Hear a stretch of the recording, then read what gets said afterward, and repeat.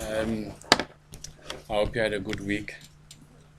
And I just said to Kirsty that even though that we'll be relocating out of Cape Town to the West Coast, I certainly would love to continue with this work even beyond next year.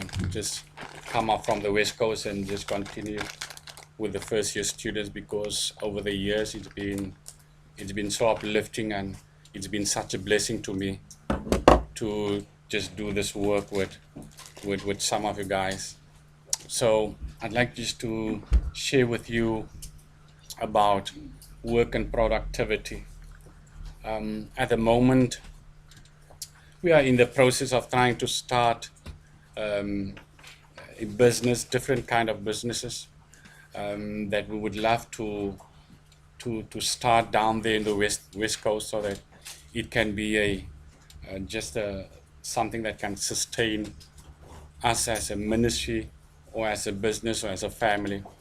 I'm in the process of writing an autobiography, which I've started like way back in 2001. But over the years, because of crashed computers and faulty hard drives and stolen laptops and sicknesses and periods that I spent in the hospital, like 4 months at the time, I was unable to complete this book. And then I lost the manuscript. I lost the one particular USB that the manuscript was saved on.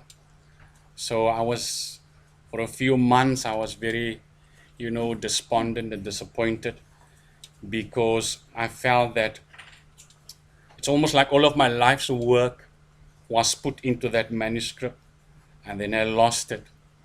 But I also have a website, so a couple of stories and articles that I wrote, I put on this website. And so after I lost the copy of my manuscript, what I did was I just took some of the stories of the website and just opened up a new file again. And I thought, let's just use the existing material that I have and just do the book over.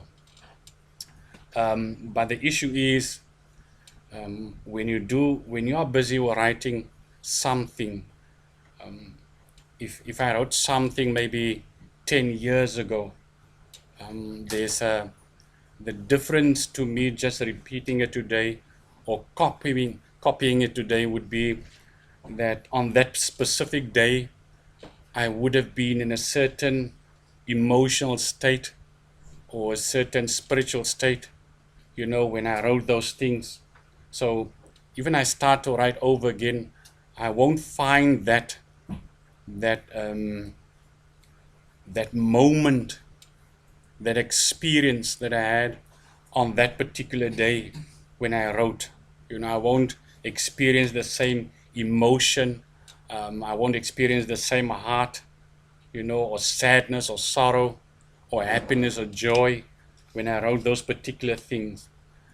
But what I thought was, you can't really forget your experiences. So I'll just write the book over and use the existing material. And I hope that maybe before the end of this year, this book will be concluded. Then I'm also busy with 2 fictional works, which is also very incomplete, which I want to sell as ebooks, just to make money from it, so that maybe see if these things can sustain me. One of the difficulties also for a person like me to write, I've shared with you that I do have a speech recognition program on my laptop, so that helps me a lot when I'm not in the wheelchair, when I'm in bed. So when I'm in bed, I use the speech recognition program, to dictate and also just to move around in the computer. But dictation takes a long time. It takes much longer than if I would sit up in the wheelchair and type with a stick in my mouth. Typing with a stick in my mouth takes much quicker. It goes faster than laying in bed and using a speech recognition. So that's also an issue that I need to consider all the time. At the moment, because of me trying to deal with the pressure sore, I do not spend enough time in the wheelchair, except for weekends. But during the week, I would spend most of my time in bed in order to deal with the pressure sore. So the more time I spend in bed means less time for me sitting up and typing. For me, I can type with my speed and with a stick. I can maybe type 1 page or 1.5 page per day. But using my speech recognition, I'll never be able to even type a page or even half a page. You know, that's how difficult it is for me to use the dictation on the speech recognition. So that is some of the things that I'm busy doing, and then also I've decided to maybe just when we get down to the West Coast to become involved in a security company. I have absolutely no experience or no knowledge of that particular field, but my heart just says I want to become involved in that particular area. So this is something new that I will have to, um, you know, it's going to be a new experience for me, and also because of my disability. I won't be able to be mobile like I would love to be, but it's something that I want to be. I know that there, there are not a lot of people in wheelchairs that have these kind of opportunities.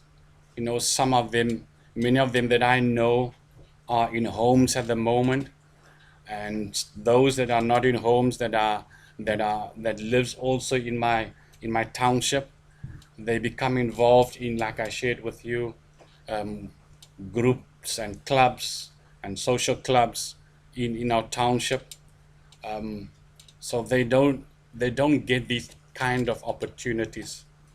I know that there isn't a lot of opportunities work-wise for disabled people. If there is work opportunities, it's usually data capturing or answering phones, reception work, that kind of work. But you don't get a lot of work opportunities for disabled people that would actually push them to another level. So when you're in a wheelchair in Cape Town, in this area, you just have to take your chances and not be dependent upon government institutions and businesses and agencies that have promised to help wheelchair people. Because I've seen some of my friends, the type of opportunities that they receive. So I've decided that I will not become involved in those government institutions, but I'll just take my own chances. And because each one of us, we have different gifts and skills, you know, I might not be able to use the skills that I used to use when I was an able-bodied person, but even as a disabled person, I know that I still have some skills. And one of those skills, in my case, where I'm unable to use my hands, is to type and to type articles. I've just shared with Kirsty that the last time when we had our session on sexuality and intimacy, Edwina said to me, there was something that I mentioned in class. I said that this information you won't find in a manual, and when we got home, Edwina said to me, why don't you write a manual on sexuality for first year students? So I said, well, I think that's a good idea, so I love writing. I have a lot of ideas, and as long as if you have a lot of ideas and you can be creative, then you can do something with your life. So I see myself continuing to write. It doesn't matter whether I'm busy with an autobiography about my life story, or doing fictional works, or writing a manual, maybe for students. It would be something that I would love to do, and something that I would truly enjoy while I do it. So this is one of the things in my life as a person in a wheelchair that I will pursue, just to attempt to bring another stream of income into my life, because as you know, a person like me, someone in a wheelchair, we receive a disability grant, which is not that much, but we are able to live from it. But you can't do a lot of stuff, from that particular disability grant. So we have to look at different streams of income, especially because I'm married and I have children and grandchildren, and I'm also leader of a church, and we're relocating. So there's new things, new environment, new opportunities, new people that we're going to meet. So all of these things I have to take under consideration, and know that when we do relocate, and even if there's people going with us, I can't just go and lay back and watch movies or stuff the whole day. I have to bring my contribution, and I do believe that writing would be something that I can pursue, and something that would bring me joy. Teaching is also something that I love to do, in terms of not just ministry, but in terms of motivation.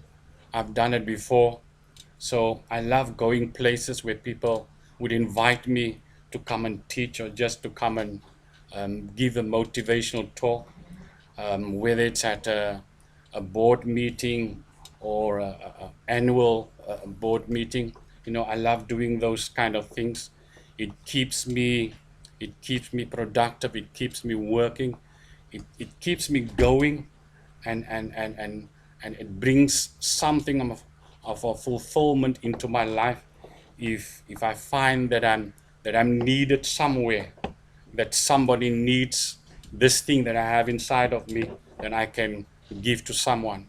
So those things are things that I've planned to do, even where we relocate. And then also, I love sitting down with people, and even workshopping and brainstorming, and discussing new ways of doing things, trying to be innovative and creative. That is also a passion of mine.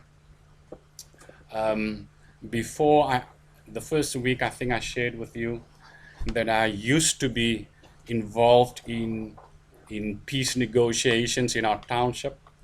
That was a passion of mine. It's something that I loved to do, to sit down with people and just speak to them, about a certain subject. But I haven't been doing it for a very long time in my township, because of certain reasons, certain personal reasons. But it's something that I'm used to. It's something that I know that I can also pursue in the new place where we're going to go to relocate. So there's a lot of stuff that I feel that I can do, just to bring some more streams of income into my life, just to sustain me. There's a lot of stuff that I know I can still maybe look at, that I haven't done before,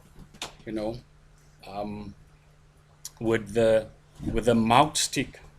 I find that I have a lot of opportunities if I do go online. You know, one of the things that I would love to do, I have this website. I've I created this website like in 2000 and 2013 already, but I haven't been able to make money from this website because I haven't found a way or someone to show me how to make money from this website. Like people go to a website and they have this um, pay per click per pay, or pay per click. Every time when a visitor comes to your website and they click on a subject or some area in your website, then you get paid for that. I haven't found and I haven't discovered how to receive money from that website yet, but that is something that I also want to pursue to continue with this website, because sometimes I write stuff on those websites and then I would post it on Facebook, and then people would see the article that I've posted, but then I would draw them to go from Facebook. I would just give them the heading, and then they know if they want to read it, and they would go to the website. By that, I would then draw, people to come and visit the website. So there's a lot of things that a person can do online, especially someone like me who who doesn't have the use of his hands and who was unable to work in a 9 to 5 or 8 to 5 environment. These are things that I would love to pursue. Just writing articles, continue to write articles and posting it online. Just to not only to make money, but also to make a difference in people's lives, because when you write something and your heart and your passion is in that thing that you write and somebody reads it, and they can be touched or changed, or it means something, it can help them to make certain adjustments or be informative to them, then that gives me joy if I can help somebody. So I know that in terms of work and productivity, I will continue to just write. You know, I never knew that I could write, to be honest with you. In my past, when I was still involved in gangsterism, there was no time really to write, whether it's poetry or an article, whether it's only 3 or 4 pages. I knew that I was someone that wasn't below average. I knew that I was intelligent, but there was never that time, you know, in the rush, the rat race that I was involved in. It's only after I ended up in the wheelchair, you know, and one night when I went to church, this preacher, I actually went out um, after after he made an altar call, and I went out for prayer, and I asked him to pray for me, but I asked him to pray for a specific matter, but then he stopped in midstream in his prayer, and he asked me whether it has been my desire to write a book. And I was so shocked when he asked me that, and I immediately say yes. It's always been my desire, but I never knew how to get to that point, because of the unusual lifestyle that I had. So he said to me that God says that you must write a book, and then I just accepted it. And I went home. That was in November in the year 2000. And then in the beginning of 2001, somebody gave me a computer, and I just thought, let's just begin to write this book. I don't know how to write a book. I didn't go and read up on how to write a book. I didn't speak to anyone on on tips and hints on how to write a book. And I just sat in front of the computer with my mouth stick in my mouth, and I thought, let's just begin. And I just started writing. And when I began, to write, I could feel, the words flowing out. So I realized that even though I'm in a wheelchair, you have so much inside of you, all my life experiences, whether it's good or bad, whether it was days of crying or sorrow, or bad days or good days, you know, whether it were things that I did that was bad, but it was still an experience that I had, that I could put on paper to help other people. Um, Sometimes I've written stuff that other pastors have taken and they've read up on it and it helped them a lot. Sometimes I would be a little bit confrontational in certain of the topics, that I address, but I do address certain topics when I want to make a change. For instance, a few years ago I addressed the topic of pastors that would use gangster language when they preach in the pulpit, and I wasn't happy with someone that I listened to. So I thought, let's just take my experience, my past experience, when I was in prison, and for all the years that I was involved in gangsterism. So I wrote this article about pastors that is not supposed to use that kind of language in church. And a couple of men and women saw this article and read up on it. And the other day, two pastors actually spoke to me about it. So these are the kind of things that I love to do. I love to write about things that I'm not happy with, or try to bring a change. I wrote an article also about how to do peace negotiations, and the do's and the don'ts, the dynamics of peace negotiations in terms of the environment that I work in. So there were other men, other pastors that also saw this article, and they looked at it, and some of them were helped by it, because sometimes they would have situations in their different suburbs or townships, and so they wouldn't know how to address this particular dynamics of peace negotiations between gangs. And then they would get to my website and they would look at the articles and they would tell me that they've learned from it. So so this is also something that it brings me joy when somebody can come back to me and say, that thing that you wrote, I took it and I applied it, and it helped us a lot where we were busy with something. And so that's always a joy and a blessing for me. And so it motivates me to continue to write on certain subjects that are relevant to our particular communities where I operate in, from my point of view, my life experiences, and the things that we are struggling with in our particular communities. I'm not sure how I'm going to do it on the West Coast, but I'm going to continue just to motivate people, in certain subjects. Then also, I know that at the moment, I shared with you that Edwina, she finished up with work on the 31st of July. So she's also been home now for a month. They actually, she went back to work today because they're throwing a farewell party today only.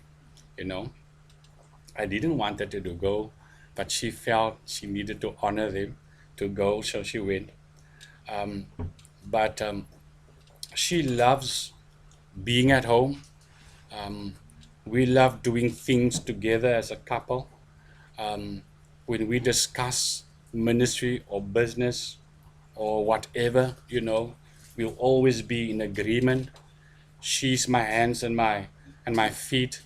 If I can't get online, she would go somewhere and just do research for me and come back and said, oh, I found this, I found this because we also want to become involved in halfway houses, running halfway houses on the West Coast, like safe houses and shelters, but especially halfway houses where we will help people that come out of prison in that period.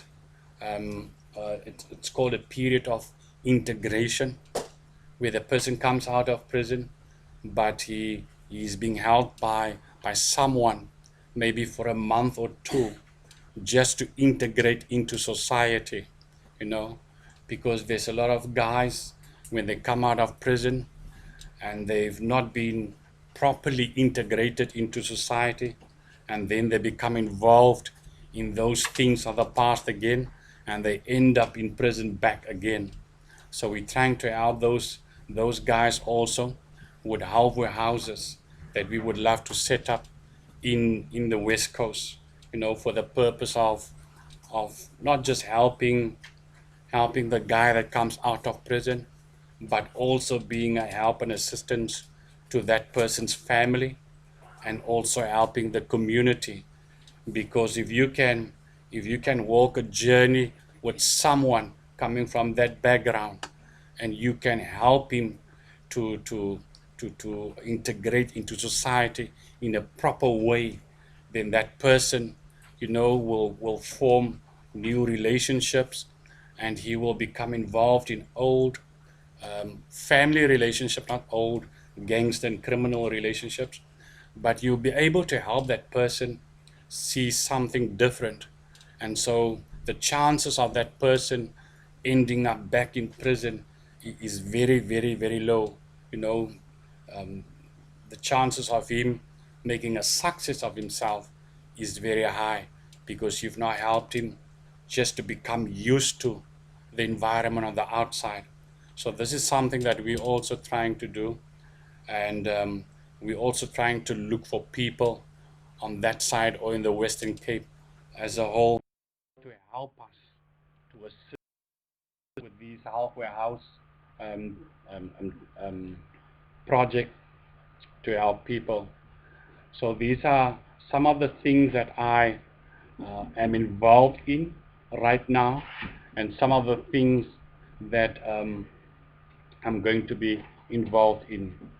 Um, with my wheelchair, um, I don't have a lot of freedom to move, but I'm also not limited in my movements because I have this motorized wheelchair.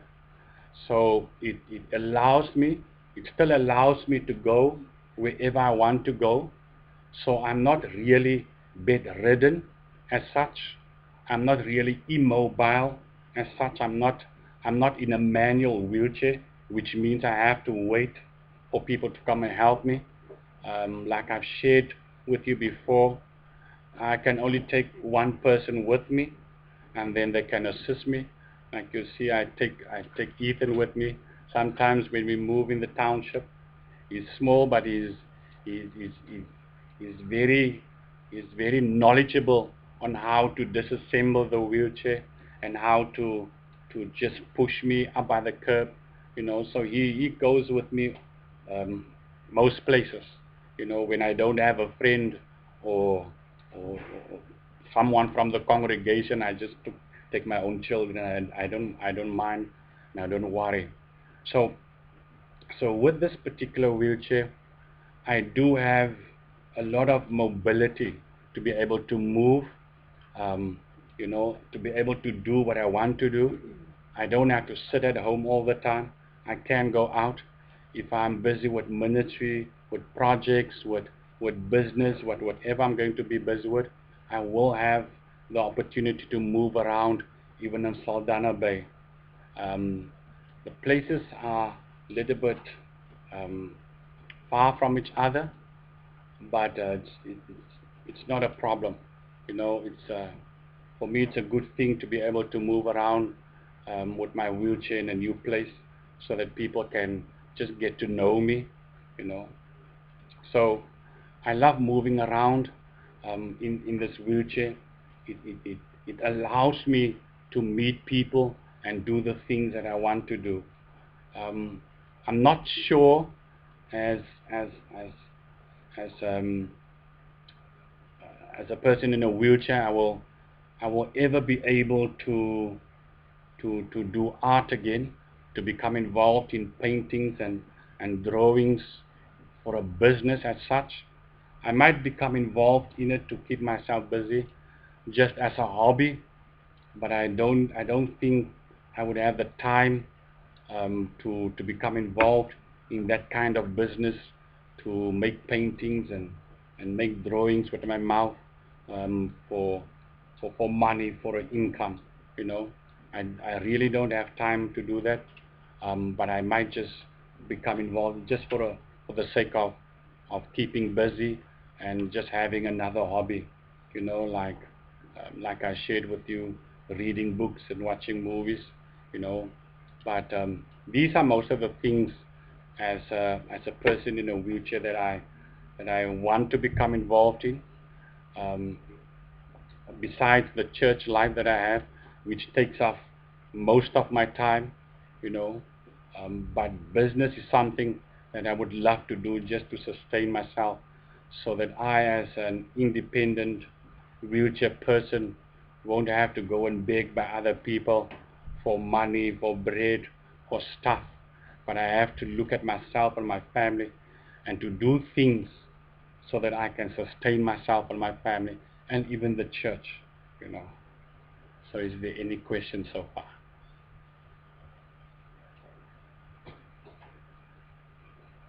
Yes. Does the church provide any income? At the moment, no, the church does not. We are still a relatively small church because we've only been up and running since 2016. Um, at the moment, we don't have that system in place where the pastor is being paid. You know, that system might be put in place in a few years' time, but now, no.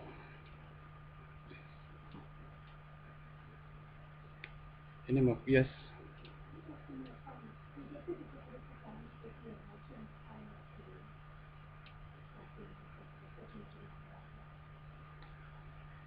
Um, if I work before my disability,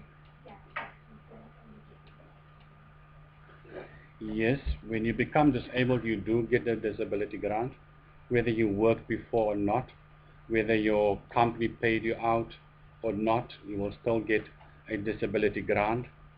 The only thing is, when you become involved in business and you earn a certain amount of money, then that disability grant will just fall away.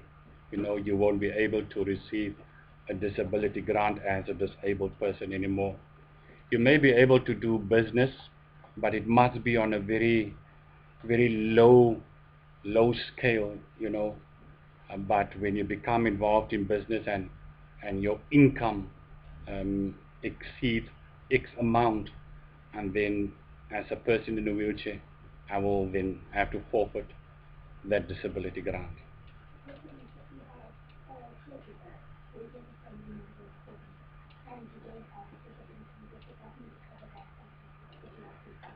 If you have a caregiver, there's a certain portion within your disability grant that would cover the cost of a caregiver, but that's like nothing. It's not really like you would have a caregiver from Monday to Monday, you know. They don't pay for that, but a certain portion is included in your disability grant, which just covers certain things. So mostly wheelchair people, their own family members are usually their caregivers, their primary caregivers. You do get wheelchair people that have private caregivers, you know, male nurses that would come in and sleep in, or nurses, female nurses, you know, but these would have to be paid on a different rate than the rate that is given by the government, in which is included in the disability grant. that would be a private agreement between the disabled person and the caregiver. Yes. When you were in the town before the accident, did you get an income from the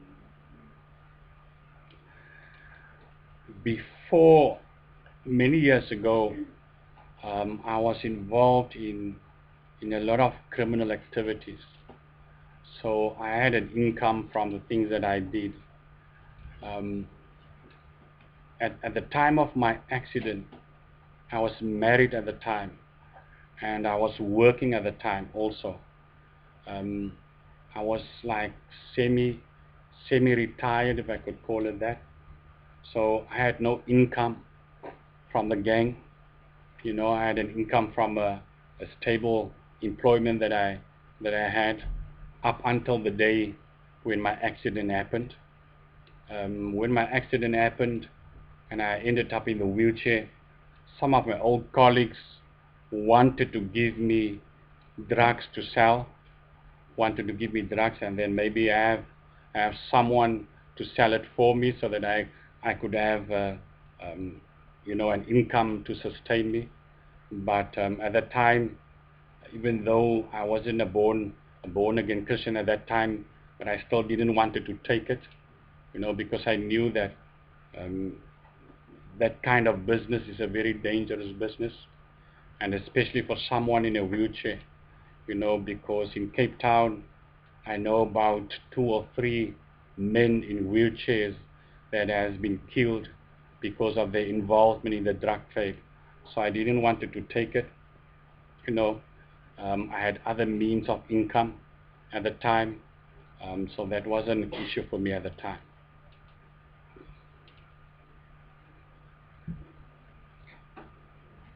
Yeah, I have a question. Do you ask a question? Yes, yeah. I don't. Oh, you don't? Enough. Oh, good. You don't have questions? Yes. Do you feel that being the man of the house affected you more because you weren't able to provide financially directly after your accident? Or do you think it would have been the same if you were doing it? I think in the case of a man, it's different because we just have egos, whether we're in a wheelchair or not. You know, we just have egos, and it's difficult for a man when you know that you are the provider. Providing in the sense of a man, in the case of a man, is just something that we do. It doesn't matter whether you're in a gang or not in a gang, whether you're a pastor or whether you're a diver. It doesn't matter what your color is, what your culture is, what your background is. It's just that inborn thing in a man that you are the hunter and you're the provider. You know, so when you get to that place where you are unable to physically make provision, you know, it becomes a problem for you, especially when you see your children, they don't have what they would love to have, and you would think, well, if I did that, or if I did that, my children might have had, you know. But I do think that any man would think like I do. If you're unable to provide, it's a problem. It bothers you as a human being, and especially as a male figure, because that's what we do. You know, we are the hunters that go out to catch, you know, the meat and bring it home. But in my case, um, I have not been able not to provide for my family. You know, I have been able to provide. Things may have been tough in our home at times, at many times, you know, a lot of times. Things may have been tough, but I never lost my position as the father and provider and the priest in the house. You know, my whole family, my children, they all respect that. They all know, you know, who I am, what I am, and that blesses me. As long as that respect is there, it's a blessing to me. Thank you. Any more questions? You won't see me next year. and then you'll have someone else next year who might not be as forthcoming as I am. Yes. Do you find it difficult to share with your children about your past, like your involvement in parents? No, I don't find it difficult. They actually enjoy all my stories. And sometimes they tell me, I've never heard this story before, you know, but I enjoy telling them the things that I did. I'm not ashamed. You know, it was a certain lifestyle in a certain time frame. It was a certain era. There were certain things that were happening during those days. So sometimes some of us were caught up, we know, with the euphoria of that particular time, that season, you know. There are things that I would keep back from them, that I would feel I don't want them to know, you know. There are things that I also know as a human being I wasn't proud to do, but there were things that you know, when you're raised in a certain home, it doesn't matter if you walk with gangsters. There's just certain things that you do and certain things that you will not even touch, you know, because you've been raised in a certain home, you know, where you know your mother or your father will not be happy with what you're doing. So yes, I do share with them a lot, with my family, even in church, with friends, you know. I love doing that. Some of the stories are adventurous, some of the stories are just not good material. You know, these are the things that I would keep back. There's still a lot of secrets that they don't know. Well, they'll never know, you know. But on a whole, I share with them a lot. And sharing stories with them is not for the sake of glamour, but it's for the sake of wanting to teach them, you know, that there's a better way, that not just because I was there, they should also go there. I pray and hope that our family children will never go the way that I went, because it wasn't a good life.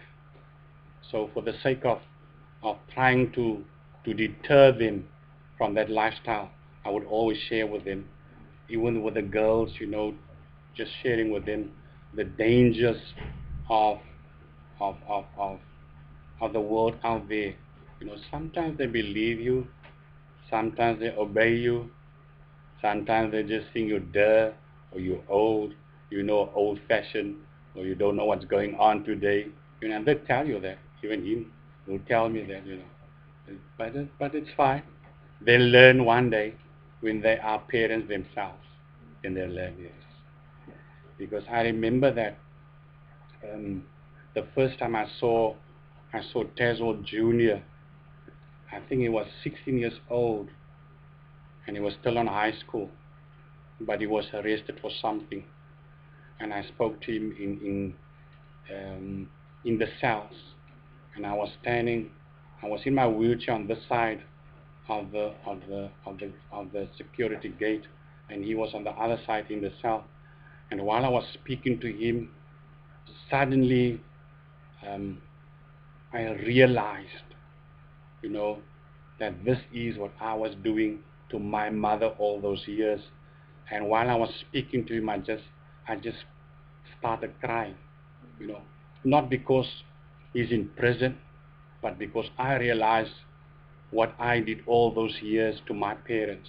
You know, how they had to come to prison to visit me, how they had to come and appear in court all the time when I appeared in court, and when I was in cell so many times. So that was a bad experience for me as a parent. And sometimes when you speak to your children, they sometimes don't understand where you're coming from, and your children will tell you that you're old-fashioned and life is not the same today as it was in your day when you grew up. But certain of the things does not change. You know, a lot of the things stay the same, and when you try to explain that to your children, they sometimes don't understand you, you know, because there's a gap You do understand? There's a gap in an understanding.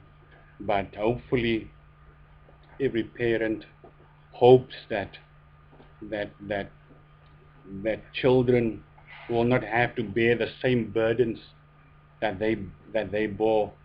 And sometimes we as parents we think, I would love to carry your burden. I would love to go through the fire for you. I would love to go through the trials for you so that you won't have to go through it, but that's not the way life is designed. You know, everyone has to build up his own testimony.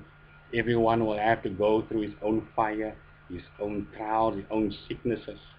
You know, and it's not nice when you, as a parent, stand at the bed of your child in hospital and you have to look at that sick child, and you as a parent, you know, you that child's king, and you everything to that child, and yet when she or he is sick, you can't do anything. You know, you can just watch them suffer. That's not a nice thing.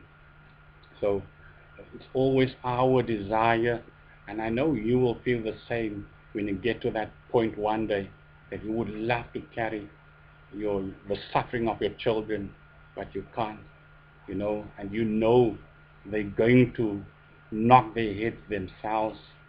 They're going to go through stuff that you don't want them to go through, and they're going to cry. You know, they're going to be disappointed, you know, especially when you as a father see the boyfriend. Oh, sure. I'm telling you, I hope my wife doesn't see this on the recording, but when you see the boyfriend and say, oh, what are you doing with this guy? This is not for you. Oh, Daddy, I love him. He's my everything. Can't live without him, you know. And then somewhere down the line, you come crying back to Daddy. Daddy, I believe you. He's not what you said he was, you know. But I told you so. That's the biggest thing for any father, a boyfriend, you know. But anyway, that's a different thing. You're gonna go through. You can love, but you're gonna go through it, my brother. You know. So, you know, it's experiences that you don't want to have. You know, my daughter, she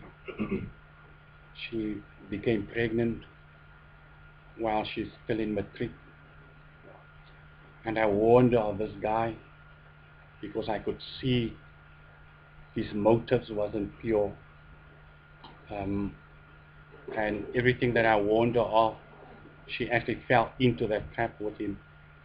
But she's so madly in love with this guy. For the world of me, I can't see why, you know. But I said to her once, I said, you know, as a father, I have this job as a father to protect you as a girl and to protect that curtain. But then he comes and he tears that curtain open. And as a father, I couldn't do anything. And that hurt me much more, because I couldn't do anything, and because it was my job to protect you from that kind of wolves. But now this wolf comes and he tears open that curtain and he destroys you, because it takes away something which you were supposed to preserve for your future husband. And somehow she understood what I shared with her, but it didn't make her leave the guy, you know. She's still with him. But that's the biggest issue of any father, that you're unable to protect your children, especially if it's a girl. You know, you can't protect her. But be that as it may, the sorrow that we have is that your loved ones will have to go through those things, and they will also have their disappointments. Hopefully you guys won't have too much of those disappointments when you proceed through this these passages of life, you know, that you will be able to make better decisions. Even if you have parents that are good parents, good examples, that might not necessarily mean that you won't make the same mistakes. Sometimes you make the very same mistakes that your parents make. And sometimes when we look at our children, we can see the same things that you're doing, I did, you know. And that's also a little bit more painful when you see that they can't go on to another direction. You know, they walk in the very same path that you've walked in. I remember my son's birthday was on the 15th of July. He had just come out in the month of June, Taswell Junior, because he spent 17 years in prison. And that's why I was bringing him with to the classes so that he can experience something new. But on the day when it was his birthday, when I blessed him, I said to the people that I never really placed a weapon, a gun in his hands. I never asked him to go and shoot anyone. I never gave him a glass of wine or a glass of beer, never gave him a cigarette, never gave him any drugs, never gave me anything of those things. And yet he became as I was. Even though I never gave it to him, he saw my lifestyle, you know. I never spoke in front of him, but he saw the men that came there. He saw where I went. So a child will usually follow what his parent does, especially when it comes to the father. Because like I shared with you, most boys want to impress daddy and they will follow daddy's footsteps. And I was sharing with him that also, you know, on the day of his parole hearing 2 years ago, I spoke to the parole board and I said to them that I would love to ask him for forgiveness. And they couldn't understand why I would want to ask him for forgiveness, because all the crimes that he committed were his crimes. I wasn't near or involved or never sanctioned any of his crimes. But I asked him for forgiveness as a father because of my lifestyle and because my lifestyle influenced his lifestyle, you know. And so forth. In that regard, I asked him for his forgiveness. So remember, whatever you do in the future will influence your future children's lifestyles.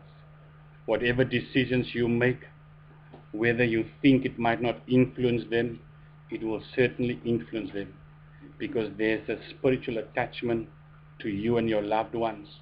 And so you make a wrong decision, your little girl will make the same wrong decision one day when she's grown up, because she saw her mommy did it, or he saw his daddy did it.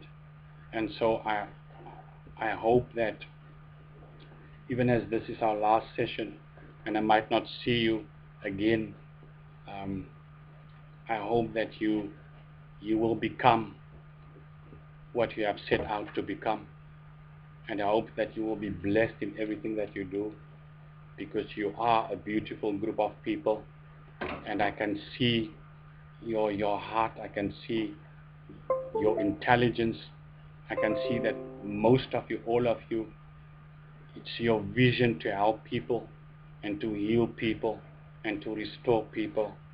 So my blessing to you is that I hope that you become truly a change in somebody's life, and that you will truly help to restore other people's bodies and their minds, like we've spoken of before. Thank you very much.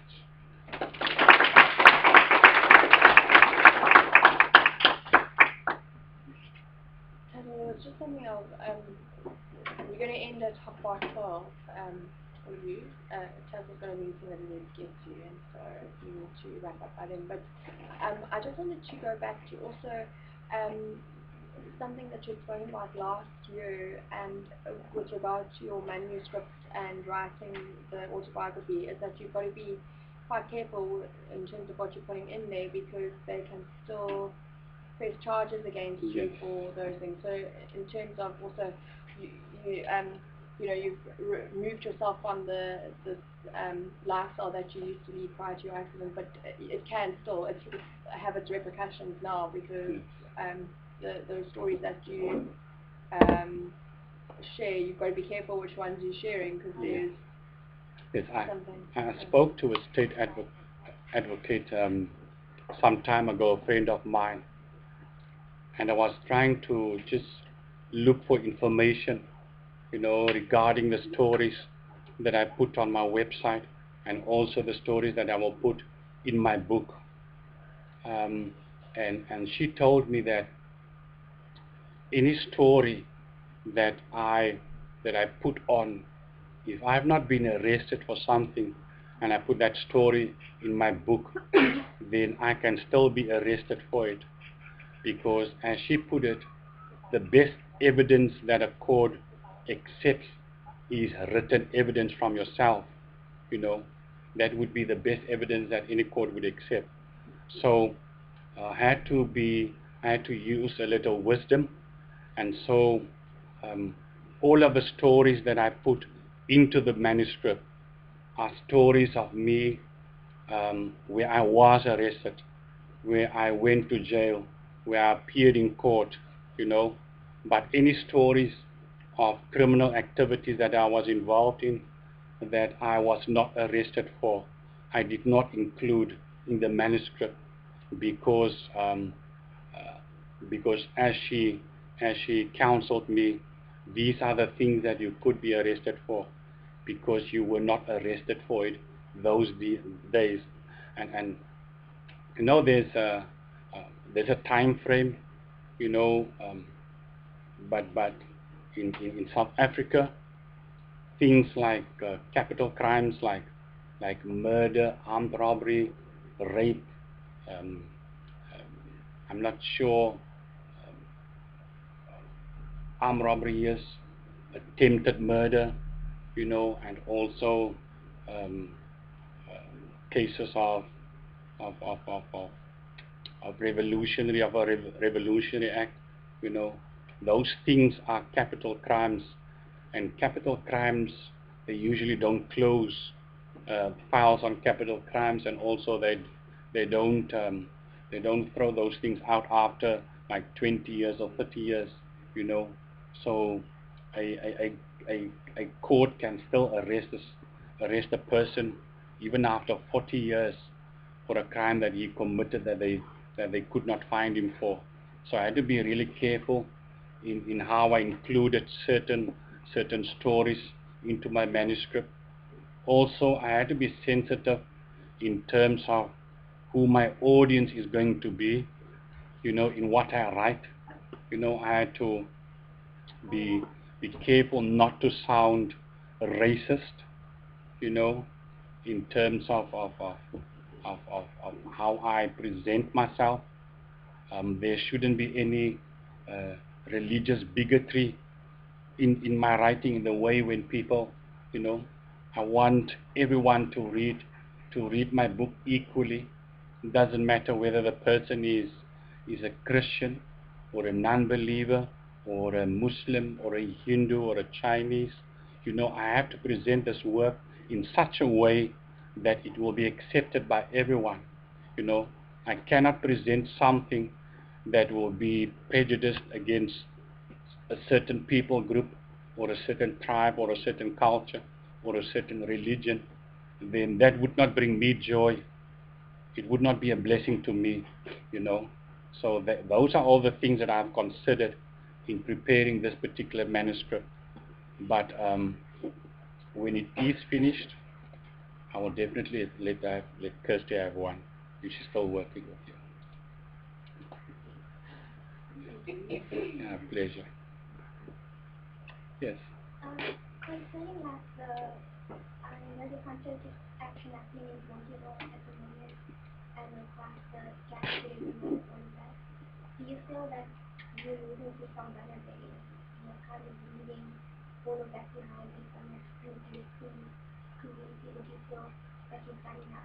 If you feel that positive group, I would need you to say as your friend to try to feel influence and attractive of create a change in the community. Okay. Fully loaded. I think that I've done my part, and I think that my season is over in regard to that particular work. So I don't think that I'm neglecting this township in that regard. I just believe that God will raise up somebody else, to do that work. I wasn't involved in the protest action because it's not something that I do. I don't really become involved in activism and marching in that particular kind, that way. It's not something that I usually become involved in. And also, I'm also very careful as to where I affiliate myself and how I attach myself to other people or other organizations. Sometimes when certain organizations organizes something in the township, I would be aware of who it is, so I would make a decision to attend or not to attend. And even if I did get an invitation to be part of the protest march, I would not have gone because of the particular elements that are involved in that particular organizing. It's just something or certain organizations that I stay away from. Yeah. But I don't feel that I neglect them. But thank you for the question.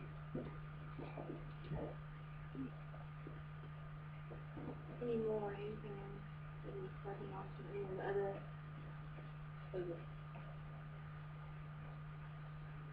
I think they've forgotten the other business.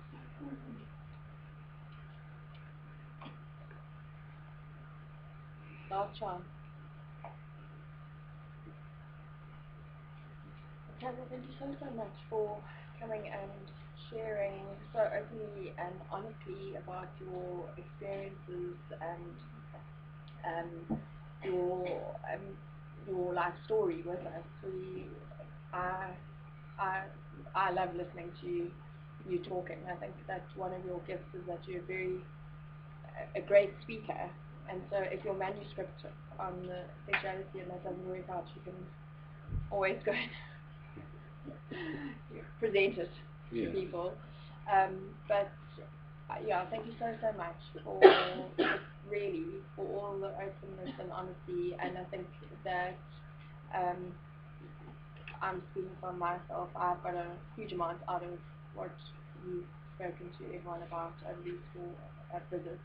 And I'm sure the students have too, and I think it's been really awesome that they can all feel that they can ask you all these questions that they have asked you, and yeah, I think that you've been really amazing and just always so open and honest, so thank you very, very much for that. Thank you. Thank you.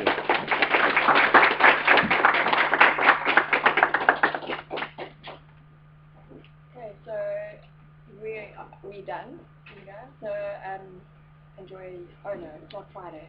See, I keep thinking it's Friday today. Enjoy the rest of your Thursday. Oh, lovely. Well, good luck for that. Thank you.